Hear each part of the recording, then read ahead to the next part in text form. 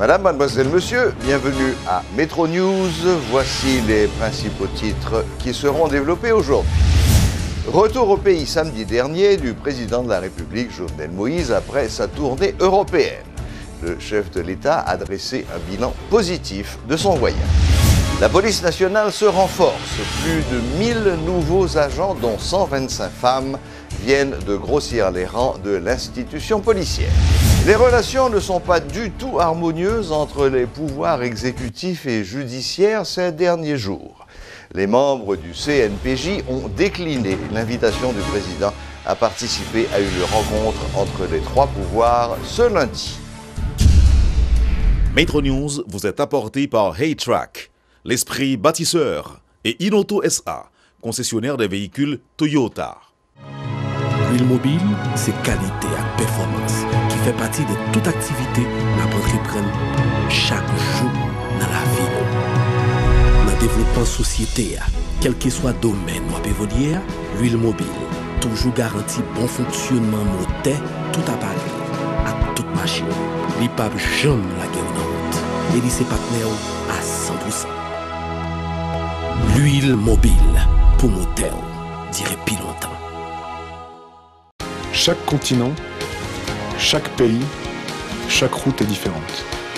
Derrière chaque virage, une nouvelle aventure vous attend. Toutes les routes nécessitent une attention particulière. C'est pourquoi, achetez votre Toyota chez un distributeur officiel. Vous obtenez un véhicule fabriqué spécifiquement pour votre pays, un service après-vente spécialisé and genuine spare parts that will make your investment and vehicle perform to the maximum.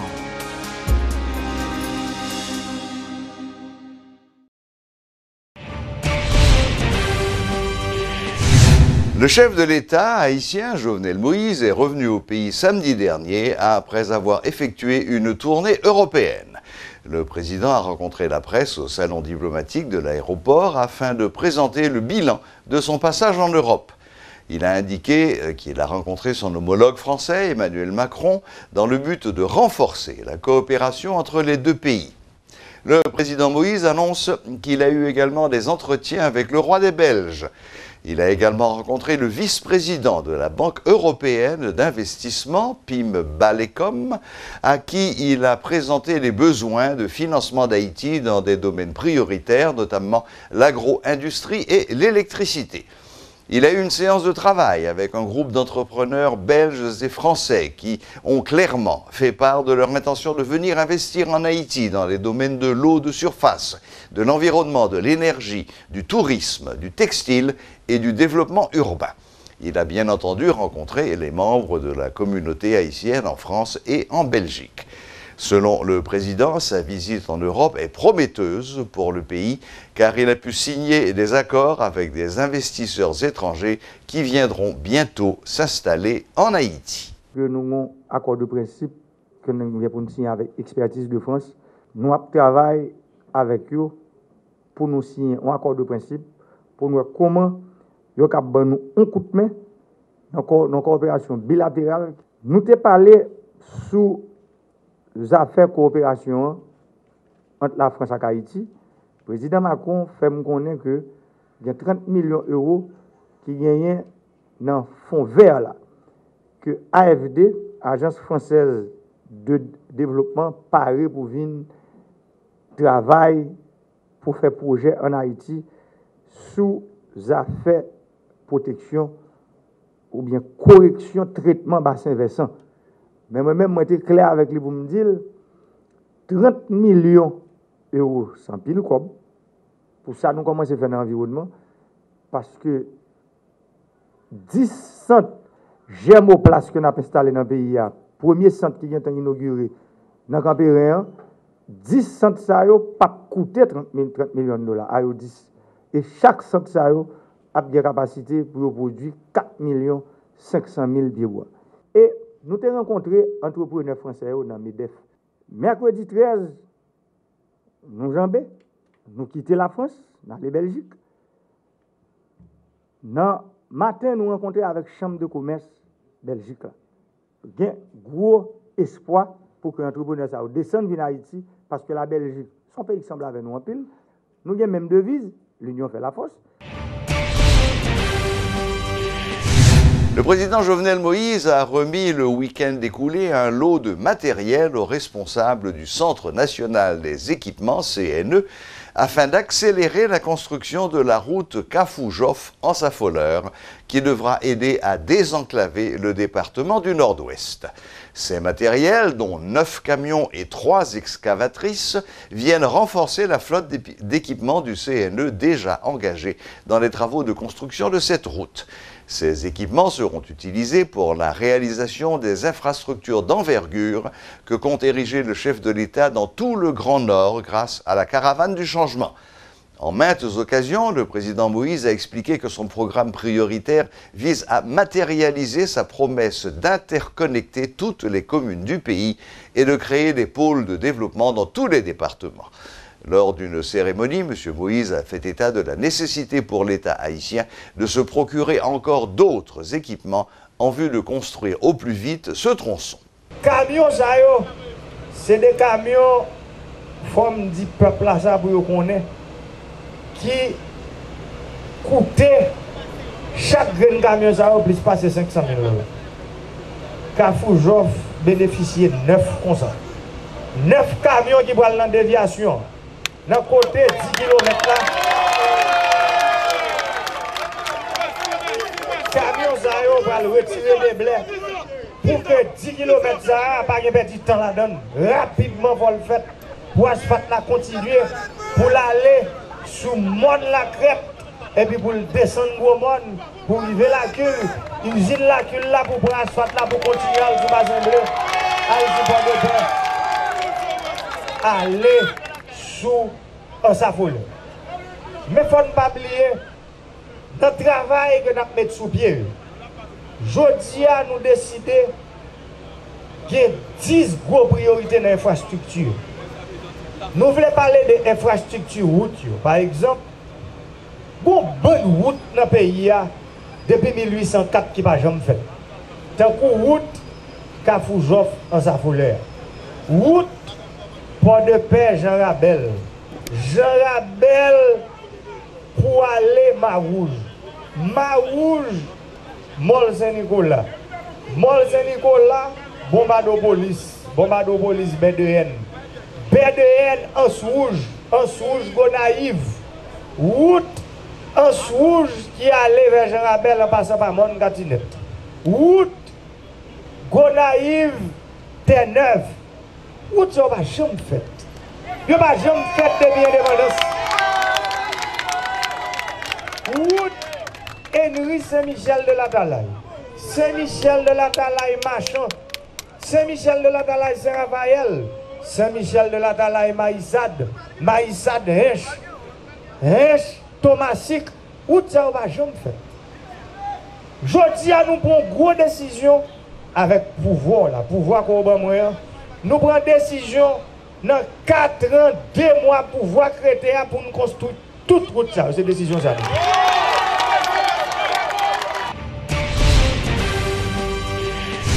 L'opposition annonce les couleurs pour 2018. À en croire André Michel du secteur démocratique unifié, l'année 2018 sera marquée par de grandes mobilisations contre la corruption. L'ancien candidat au Sénat pour le département de l'Ouest a annoncé que la mobilisation anti-gouvernementale prendra une autre forme l'année prochaine, sans toutefois donner plus de précision. L'année 2018, là, c'est pour l'année de la grande mobilisation contre la corruption en Haïti. Depuis le mois de janvier, mobilisation pour reprendre dans le pays d'Haïti contre la corruption. Et tout le monde qui participe dans voler l'argent de l'État, l'argent Petro-Caribé, quel que soit le monde, c'est pour yo aller devant la justice, pour yo punir conformément à la loi, parce que nous avons un pays qui chita sous exclusion, qui chita sous corruption, côté 2-3 personnes dans le pays prennent toute richesse pays et puis tout reste moun yo dans misère, yo pas qu'à manger, yo pas qu'à voyer petit à l'école, yo pas qu'à acheter un grain de sari dont si tu as fait mal. Inégalité sociale ça, c'est corruption qui baille et bagaille ça inacceptable et au niveau de l'opposition nous engagés, n'a bataille contre lui jusqu'au bout, jusqu'au triomphe des revendications populaires. Plus de 1000 nouveaux agents, dont 125 femmes, viennent de grossir les rangs de la police nationale d'Haïti. La cérémonie de collation de diplôme a eu lieu ce lundi à l'École nationale de police à Frères. La cérémonie s'est déroulée en présence du président de la République, du Premier ministre et des membres du corps diplomatique, dont la représentante du secrétaire général de l'ONU. Baptisée Orion, cette nouvelle promotion est appelée une fois de plus à garantir l'ordre public, combattre la criminalité et à afficher un comportement exemplaire. Le directeur général de la PNH, Michel-Ange Gédéon, encourage les nouveaux policiers à agir dans le cadre de la loi afin de redorer l'image de l'institution policière. Récipiendaire de la 28e promotion, vous n'avez pas choisi un métier qui va faire de vous des chefs, des super chefs. Personne n'est au-dessus de la loi. Par-dessus tout, vous devez toujours agir en fonction de la loi et des règlements de l'institution policière. Car les défaites du droit ne durent pas longtemps, alors que la durée de vie du désordre et de l'anarchie ne dure pas longtemps. Le travail de la police est confronté à des défis majeurs qui suscitent des préoccupations diverses. Aujourd'hui, être un bon policier ne veut pas seulement dire mettre la main au collet des malfrats. Cela veut dire aussi neutraliser ces bandits, mais en respectant leurs droits. De même, nous pas pitimi sans gado. Nous avons droit pas. Nous défendons droit nous dans l'égalité et non dans le désordre et non dans le boulet caoutchouc. Image ça n'est pas bon pour ça.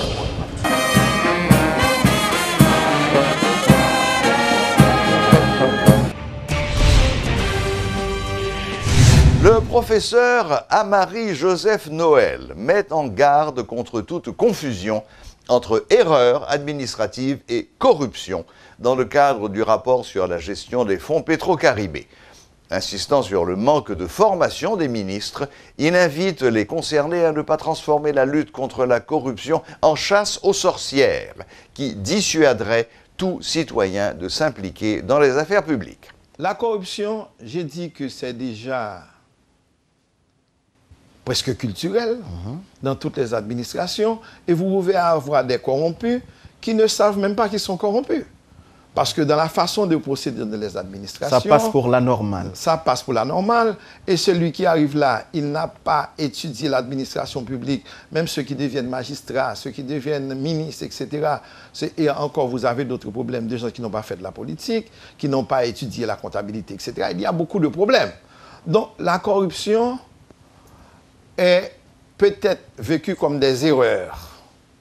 Des erreurs peuvent devenir corruption dans la mesure où l'on indexe les personnes. Maintenant, ce que nous recommandons dans la Confédération des Haïtiens, nous recommandons qu'on fasse le grand congrès de l'entente interhaïtienne, c'est-à-dire un grand dialogue constructeur qui devait prendre 6 à 1 an, 6 mois à 1 an, en ce moment-là, avec une commission de vérité. Donc, ça, ce serait un premier aspect pour voir comment résoudre le problème sans détruire le pays. L'initiative doit partir de qui? Mais la corruption, en réalité, c'est toutes les fois que sciemment, quelqu'un qui est placé pour recevoir des deniers ne reçoit pas des deniers parce qu'il souhaite avoir des prébendes indues, ce dont je n'ai parlé. Il y a un kobamba kabay, montant en batable.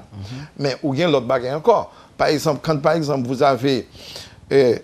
il s'est fait un courant d'idée que certaines entreprises n'ont même pas besoin de dédouaner, ou bien qu'ils arrivent dans un endroit, ils devaient payer une certaine somme par ami ou bien système de cotisants, ils ne payent pas.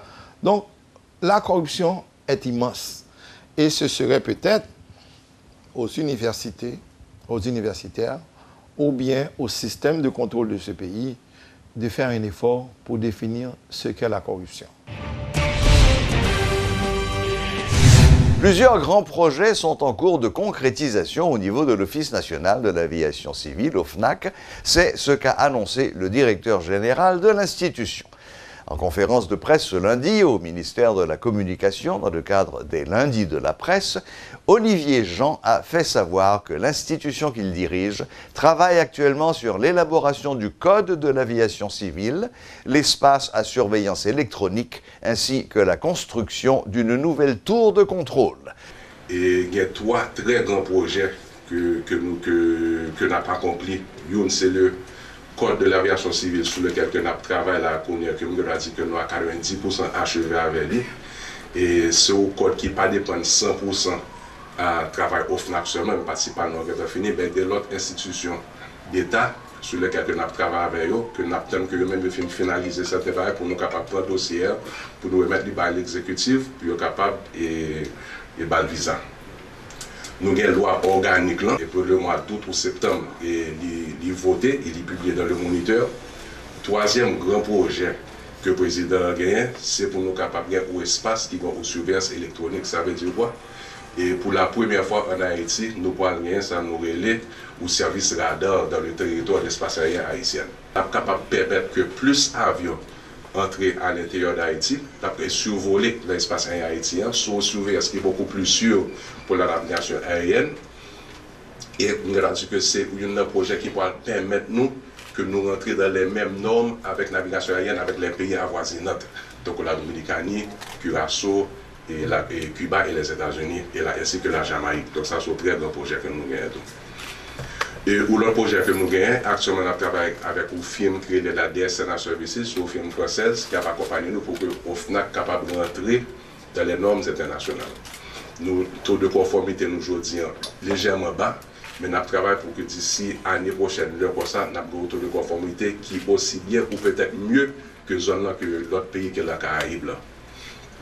Nous avons l'autre projet, nous avons l'autre belle annonce que nous avons, c'est qu'après le tremblement de terre de 2010, et tout de contrôle haïtien que nous avons sous Port-au-Prince écrasé, entre-temps, pas jamais aucun effort qui était fait, mais là, nous avons dit que nous signons un contrat, et la semaine dernière, pour nous capables d'un nouveau tour de contrôle, et que nous allons le replacer sous tel bâtiment à un côté lié à l'origine. L'Institut mobile d'éducation démocratique, IMED, a présenté son rapport sur la situation du système carcéral haïtien. À cette occasion, la directrice exécutive de l'IMED, Ketli Julien, tire la sonnette d'alarme auprès des instances concernées. Malnutrition, surpopulation et corruption gangrènent le bon fonctionnement des services pénitentiaires.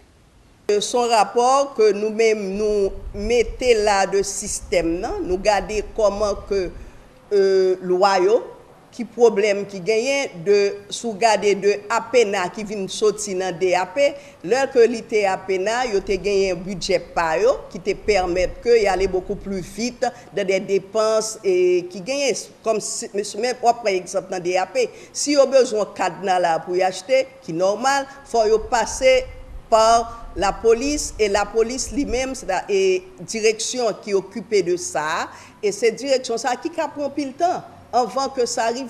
On regarde que combien de fois pour faire manger en de prison et puis gaz fini. Les gaz propane ça fini. Par contre pour combien de temps? Si on regarde la salubrité qui gagne en de prison et pourtant, l'on regarde dans combien de l'État haïtien a payé des fournisseurs pour nettoyer prison, c'est pour demander que comment nettoyage la fait. Que gon prisonnier qui malade en dedans, si pas de médicaments là, c'est écrit pour écrire système pour bailler médicaments, ça qu'a fait un mois, 2 mois jusqu'à ce que le mourir.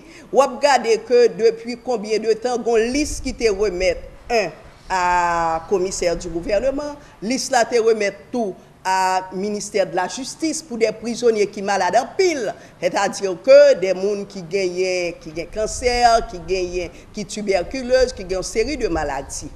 Et que l'ISA, presque moitié n'a fin mourir. Et que nous pensons que là, l'État prend trop de temps. Et puis, il y a l'autre question de façon que l'arrestation a fait avec ça fait Harry Major. Les envoyés devant le juge, la plupart du temps, les envoyés devant le commissaire du gouvernement, premier ça le fait, au lieu que pour retirer responsabilité, il courir, il voyer le juge d'instruction. Juge d'instruction, ça, dossier a passé combien de temps avant autant de eux? Ou regarder des dossiers dossiers qui perdu notre tremblement de terre. Qui ça n'a pas fait avec moun sa yo? Puisque dossier au perdu. L'État n'a jamais fait rien lui-même pour retracer dossier moun sa yo. L'État n'a pas qu'à prendre responsabilité tout. Des gens qui pas de dossier, puis on regarde en prison. Que cap fait combien de temps, peut-être que ça crime que vous commettez, vous avez déjà lagué déjà, et que lui-même n'a pas fait rien, seulement l'a regardé. Chaque semaine, il y a une commission qui monte, qu'il a fait rapport, il a fait des recommandations, et puis on a dit, il y a l'autre gouvernement. Voilà, la boucle est bouclée. Merci de votre fidélité et à la prochaine, même heure, même chaîne.